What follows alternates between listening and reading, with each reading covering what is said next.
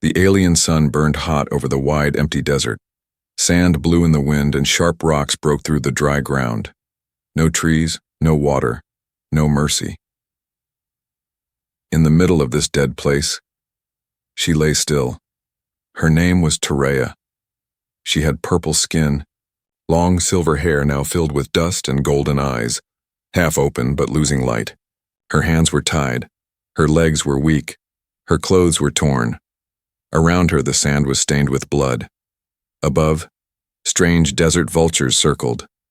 Their wings made no sound. Their sharp beaks waited. In the distance, a spaceship flew away. It didn't stop. It didn't look back. They had left her here, her own family. On the far side of the desert, a human man named Rick Carson drove his dusty Land Cruiser across the dunes.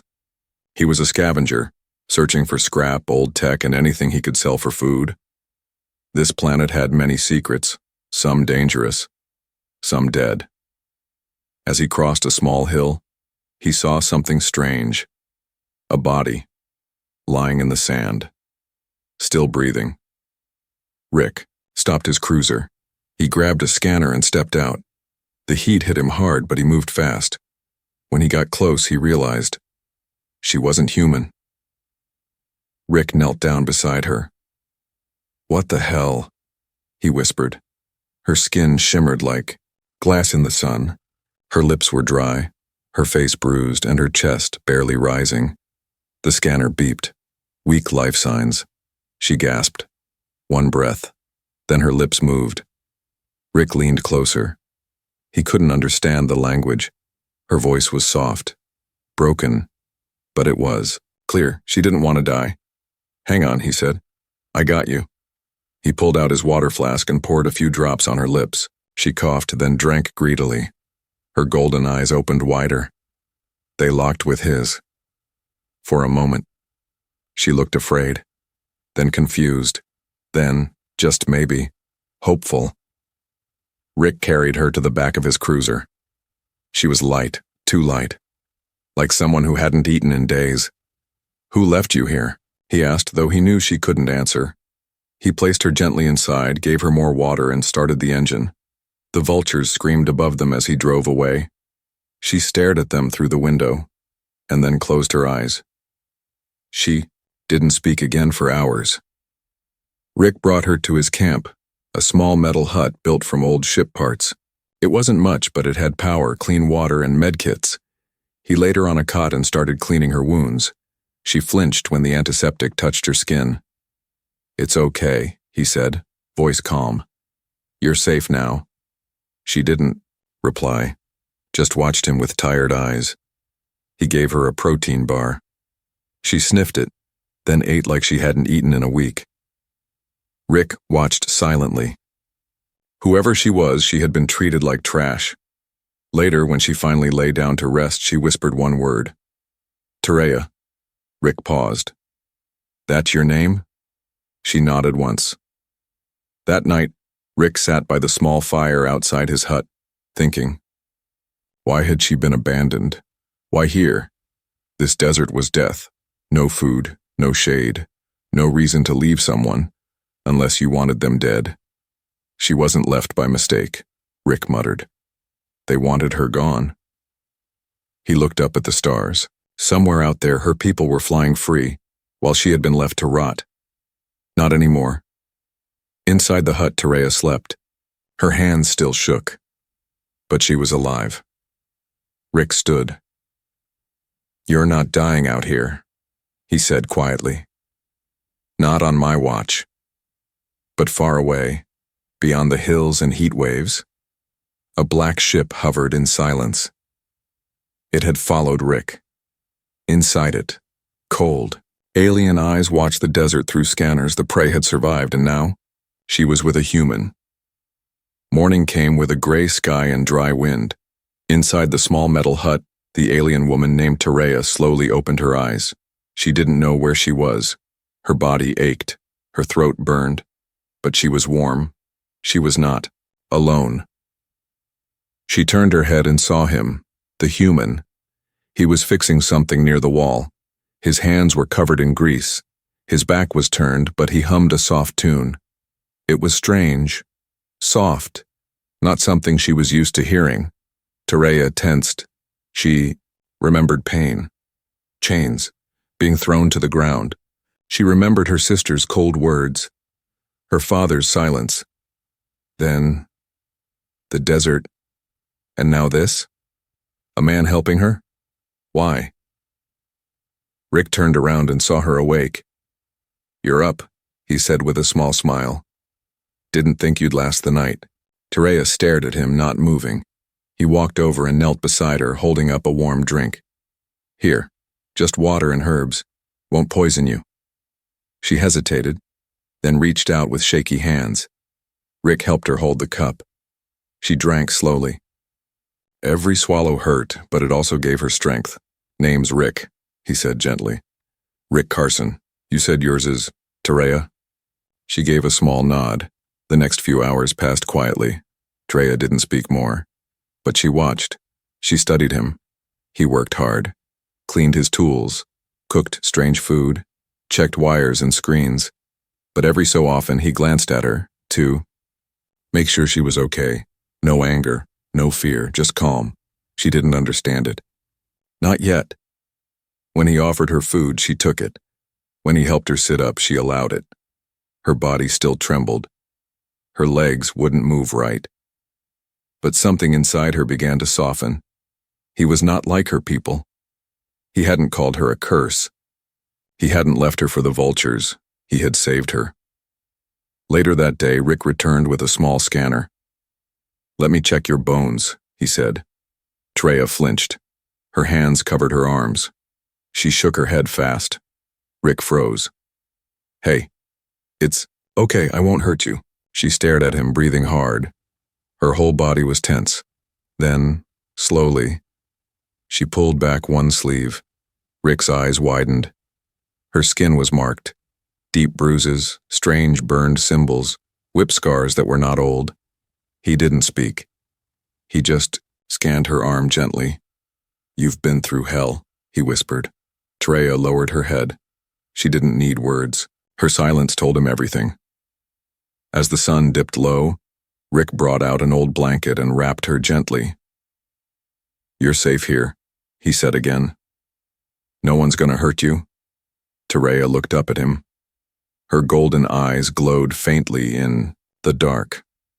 Then she pointed to herself, then drew a cage in the air with her fingers. Rick understood. "They locked you up?" She nodded slowly. Then she pointed to her neck, then the ground. Rick frowned. "They left you to die." She closed. Her eyes, tears escaped. Rick stood up and walked outside, heart heavy. That night, Rick sat by the fire again. But this time, something had changed. His thoughts were louder, darker. Who did this to her? Why would anyone do this to their own? Was she dangerous, or were they just monsters? He didn't know. But one thing was clear. She didn't deserve it. Behind him, through the small window, Tereya watched him. She saw the man who gave her water, who gave her warmth, who didn't fear her. She saw something she had never seen before. Kindness, she whispered to herself in her own tongue. Words that meant, maybe not all are cruel. Then, for the first time in years, then she fell asleep without fear. But miles away, in the dark desert, a hunter stepped from the black ship. Tall, armored, cold. He found the spot where Tereya once lay. He picked up the broken rope, touched the blood-stained sand. He looked to the stars. "She lives," he growled. And now, he would find her. 3 days had passed. Tereya could now stand, with help. Her body still shook, but her mind was sharper. She ate Rick's strange food, drank his tea, and watched him fix old machines from morning to night. Sometimes she tried to speak 1 or 2 words. He listened patiently every time, but today, something changed. While Rick was outside checking solar panels, Tereya sat on the floor beside a broken mirror. She saw herself clearly now, her bruises, her dry lips, her tired golden eyes. Her fingers touched her neck, where the scar of a metal collar still remained. Then her hands moved lower, pulling back her shirt. There, across her back, were deep lines. Not just wounds, symbols. Burned into her skin. They were marks of shame, cut and burned by her own blood. Rick came back inside with tools in hand and paused when he saw her. Terea had turned her back to him. She sat still, her shirt pulled up, scars exposed. She didn't look at him. Rick slowly set his tools down. "You don't have to show me," he said softly. Terea didn't speak. She only traced one of the burn marks with her finger, then pointed to herself. Then, she whispered one word. "Defect." Rick's brows furrowed. "What?" She turned around and looked him in the eyes. "I was born wrong," she said slowly, her voice thick. "Family. Punish." Rick felt a fire rise in his chest. "They did this to you?" She nodded. "Said I weak, unclean, not perfect blood." Rick couldn't believe it. "You were tortured for being born?" Terea's lips trembled. "Sister Noble, mistake." He sat down beside her, trying to hold back his anger. "You're not a mistake." She looked away. Rick leaned forward. "Listen to me. You're alive. You're strong. And you're not alone anymore." Terea stared at him, her eyes softened. Then she did something unexpected. She reached out and touched his hand. Her fingers were cold, light, but the meaning was heavy. Trust. Later that evening, Rick walked outside again. The wind had changed. It smelled like something bad was coming.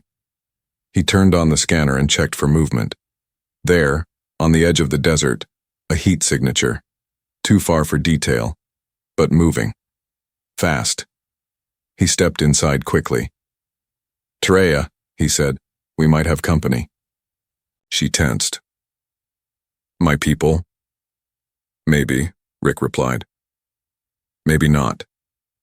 He gave her a small pulse pistol. She looked at it, unsure. "I don't want to fight," she said. Rick nodded. "Then let's hope they don't make us." That night, as the desert went silent, Terea finally told him more. "My father was ruler of 9 moons," she said, slowly forming each word. "My blood, not pure. My birth, hidden. When I grew, they saw signs. Weakness." She paused. "They feared shame. So, they made me prisoner." Rick listened, in silence. "One day, I begged to be free," she whispered. "My sister smiled, took me on ship, said I'd see the sky." Terea's hands clenched. She threw me into sand. Her voice cracked. Said, "Let vultures finish what we could not." Rick's jaw tightened. "That's not family." Terea looked at him. "What is?" He didn't answer at first. Then he said, "Family isn't blood. It's who stays when everyone else leaves." She looked down, then gave the smallest nod. As the stars blinked above and the desert wind blew cold, Terea sat near the fire Rick had built. She wore a blanket. Her body was healing. Her mind slowly, too. She wasn't just breathing now, she was becoming whole. But danger was not far. In the distance, a dark figure stood still, watching with eyes like ice. The hunter had found her trail, and this time, he wasn't leaving without her. Night fell quietly. The stars above were cold, blinking like silent watchers. Inside the metal hut, Terea slept on the cot, her breathing slow and deep. A blanket wrapped around her shoulders. Her face was calm, for the first time in days. Rick sat by the door, rifle across his lap, eyes on the sand outside. He hadn't told her everything. The scanners had picked up something strange, heat signatures that moved like a man, but too fast, too smooth. and always staying just far enough away. Someone was watching them, and Rick had seen this kind of pattern before. Hunters. Far across the desert, the black armored figure knelt beside a set of footprints in the sand. Small, light steps, one deep, boot print beside them. He touched the print with his gloved hand. Still with the human, he muttered. Behind him, two more shadows stood silently, weapons in hand. Their faces were hidden behind silver masks, but their mission was clear. Bring the girl back, dead or alive. Morning came. The sky burned gold over the dunes. Rick brewed his usual tea, but his eyes never left the horizon. Terea stepped outside, moving slowly but with more balance. Smell, bad wind, she said quietly. Rick nodded. You're not wrong. She looked at his gun. Trouble? He hesitated, then gave her a firm look. Someone's tracking us. Terea went still, her hands clenched. They found me. Maybe, maybe not, Rick said, but I'm not taking chances. He handed her a small satchel. Pack light. We move at sundown. By the time the sun dipped low, they had loaded Rick's cruiser with supplies, water, food, fuel, and 2 old rifles. Terea sat quietly in the passenger seat, hands gripping her knees. She wore a simple coat now, one Rick had stitched together from old cloth. It didn't look like much, but it made her feel less like a prisoner, more like a traveler. Before leaving, she looked back at the hut. It was small, broken in places, but it had saved her. Rick saw her pause. It was never meant to be a home, he said. But you made it feel like one. They drove into the night, dust trailing behind the cruiser like a ghost. The stars were sharp above them. The scanner on Rick's dash beeped softly, tracking movement behind them. Still following, he said under his breath. Terea held her breath. Why do they want me so badly? Rick kept his eyes ahead. Because you survived. That's something they can't allow. Hours later, Rick stopped the cruiser beside a rocky cliff wall. There, hidden behind jagged stones, was a narrow cave. Entrance, a perfect hiding spot. This used to be an old mining hole, he said. Might give us some time. Inside the cave, the air was cool and damp. Rick set up a small light. Terea looked around, her eyes sharp. Something about the place reminded her of her old cell, but this time she had come by choice. Rick sat down against the stone wall. We rest here. Tomorrow we move again. Terea looked at him. Why help me? You don't even know me. Rick smiled tiredly. Don't need to. I saw you dying in the dust. That was enough. She blinked slowly. You're strange for a human. Better than being like your family, he replied. Suddenly, the scanner beeped loud. Rick jumped to his feet. Damn it, they're close. Terea stood too. They won't stop. Rick handed her a pistol. Then we don't stop either. From outside the cave, footsteps crunched, slow, heavy. Shadows moved at the mouth of the entrance. A voice echoed through the rock, deep, smooth, and cruel. Terea, of House Veluin. You were given to the sands. You were not meant to return. Rick aimed his rifle toward the opening. And yet here she is. The hunter stepped into view, his mask gleaming. 2 more stood behind him. You are nothing, the hunter growled at Terea. Come quietly, or we take you in pieces. Rick pulled the trigger. The blast lit up the cave. The battle was fast, loud, fire against stone. Terea crouched low, heart pounding, memories flashing in her mind. Chains, fire, voices shouting she was worthless. But Rick stood tall, fighting, bleeding, shouting her name. She looked at the pistol in her hand, and for the first time, she fired back. Smoke drifted through the cave. The air was thick with dust and silence. 3 hunters lay on the ground, still and cold. One of them had fallen by Rick's rifle. The second by Terea's trembling hand. The third had fled, wounded, disappearing into the desert. Terea stared at her hands. She had pulled the trigger. She had ended a life.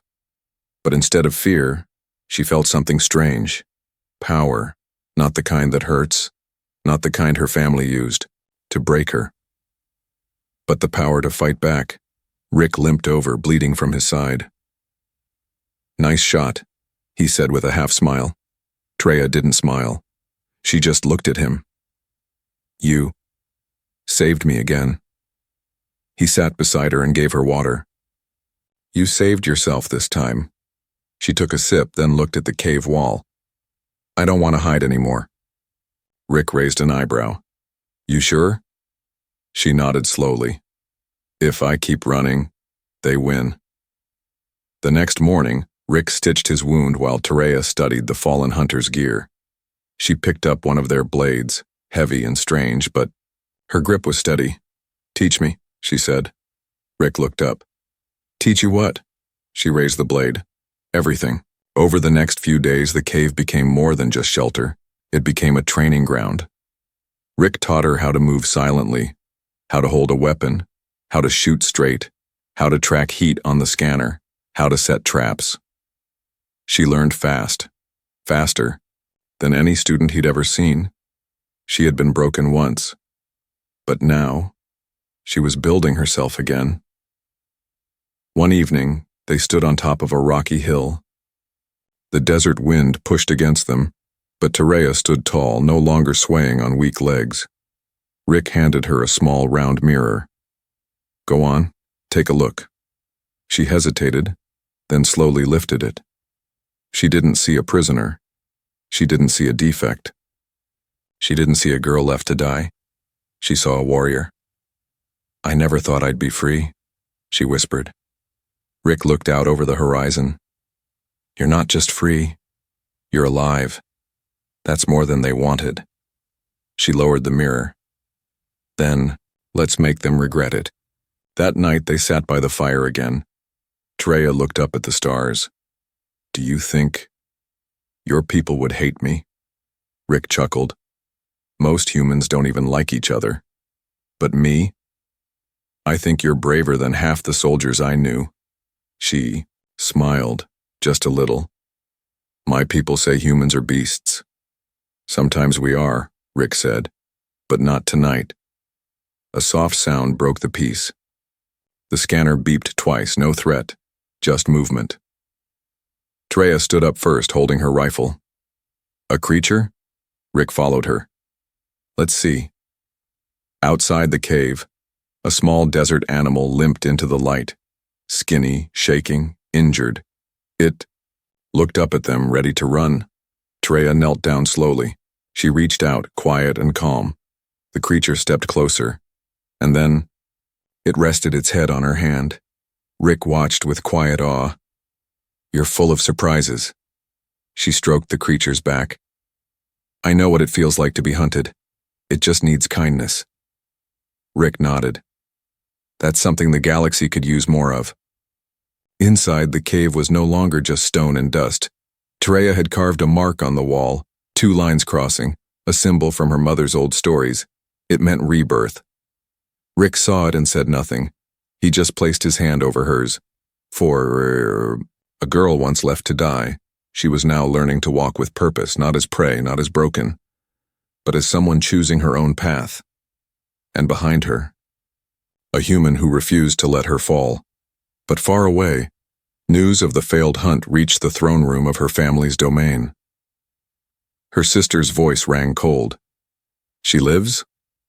The guard nodded. "With a human." The sister's smile was cruel. "Then it's time we remind her what family means." The sky cracked open with thunder. A storm rolled across the horizon. Dark clouds heavy with dust lit by bolts of blue lightning.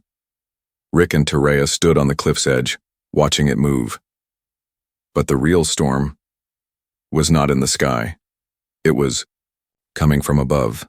A shadow passed over them. A massive ship, black and gold, shaped like a fang. It didn't belong to scavengers or hunters, it belonged to royalty. Treya's legs stiffened, her voice came out in a whisper. "My sister?" Rick looked at her. "You're sure?" Treya nodded, eyes locked on the ship. "That's her. Flagship. The Veil of Fire. If she's here, it means this is no longer a hunt. It's a message. The ship landed miles away in a flash of steam and power. A group of armored guards stepped out. In the center stood Velnira, tall and proud, wrapped in silk and armor, her skin glowing under royal light. Her voice echoed, "Bring my sister. I want the traitor alive." Back at the cave, Terea stood frozen. Her hands gripped her rifle, but her body trembled. "They're not here to kill me," she said. "Not yet. They want to display me, drag me back, make an example." Rick stepped closer. "Then we fight." Terea looked at him. "She's stronger than the hunters, smarter. I've seen her break people with just words." Rick shook his head. "Then let her try. But this time, you're not alone." That night they didn't run. They built traps, set charges, sharpened blades. Terea painted lines on her face, old warrior symbols from stories her mother once whispered before. She disappeared. She stood in front of a broken mirror again, but now there was no fear in her eyes. "I won't return in chains," she said. Rick gave a slow nod. "Damn right you won't." By dawn, Velnira's guards approached the cave. Loud footsteps, heavy weapons, smooth voices calling out. "Terea of House Velun, kneel before your family and be spared."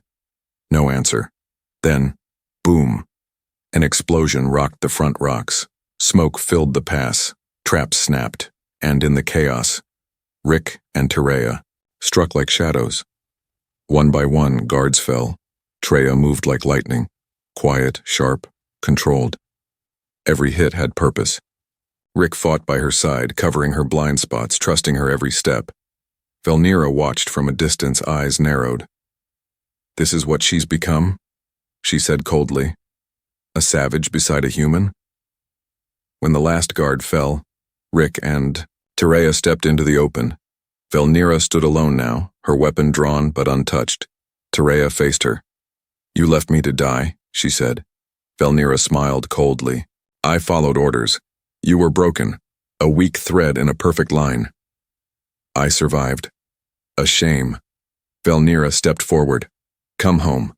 Face judgment with honor." "I already did. In the sand, in the hunger, in the pain." Terea said, lifting her rifle but not firing. "You said I was nothing, but he—" She pointed to Rick. "Taught me I am more." Velnira's smile faded. "You were born of royal blood, yet you speak like a servant." "No," Terea said.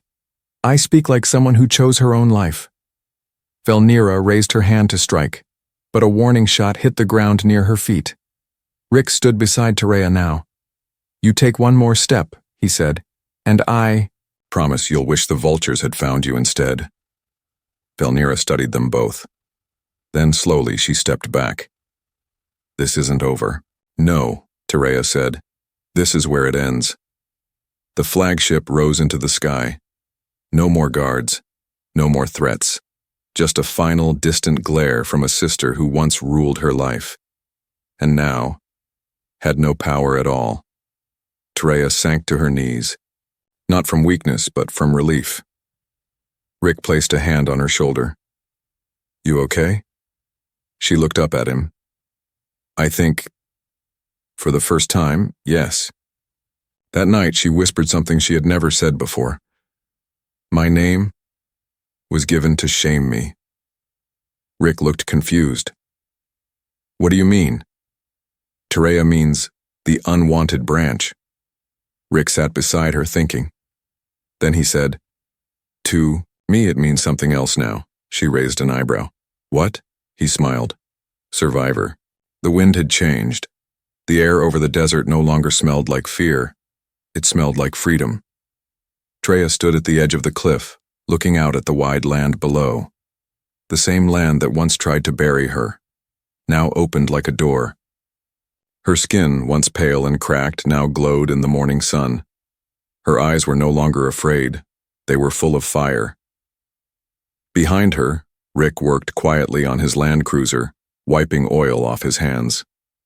Every so often he looked at her.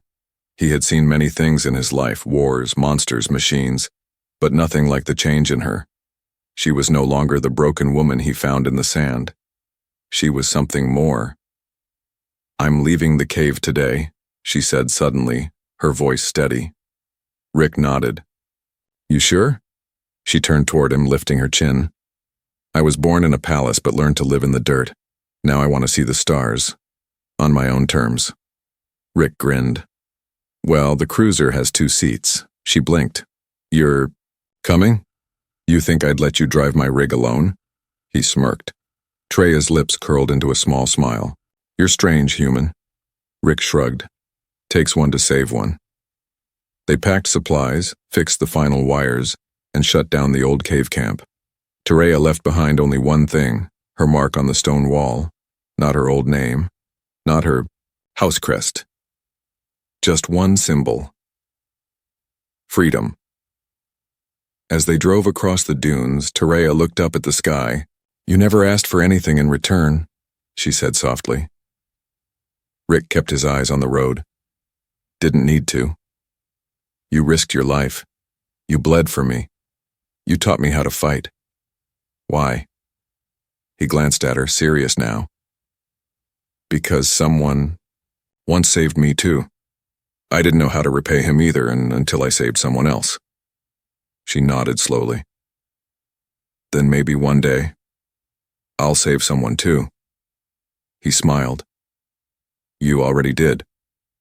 You saved yourself." Hours passed. They stopped by a small water spring near a stone ridge. Tereya climbed to the top, gazing at the sun as it dipped low. Rick joined her with 2 cups of hot tea. They sat in silence for a while. Then she turned to him. "I don't belong anywhere." "You do now," he replied. "Where?" He looked at her carefully. "With whoever you choose." Tereya stared into his eyes. Her voice dropped to a whisper. "Then I choose you." The wind paused. The stars blinked above. Rick didn't move. "You sure?" She stepped closer. "I was left to die. I had nothing, not even a name that meant something good. But you saw me as a person. Not a thing, not a problem." He swallowed hard. "Tereya, I don't want to belong to a house," she said. "I want to belong to someone who sees me, and I choose to belong with you." That night, they made camp by the warm firelight. Tereya wrapped herself in the same old blanket Rick gave her on her first night, now patched and worn, but full of memories. She leaned on his shoulder. For the first time, she wasn't just surviving. She was living. In the sky above, stars stretched across the black like silver rivers. And in the heart of a broken world, a girl once cast aside had found something greater than power. A choice. She didn't need a throne. She didn't need royal blood. She had found home in the heart of the man who never asked for anything, except to see her live. Somewhere far across the stars, the royal house of Velun burned Tereya's name from their records. But it no longer mattered, because she had written it into the heart of another story. A human one. One built not on blood, but on bond.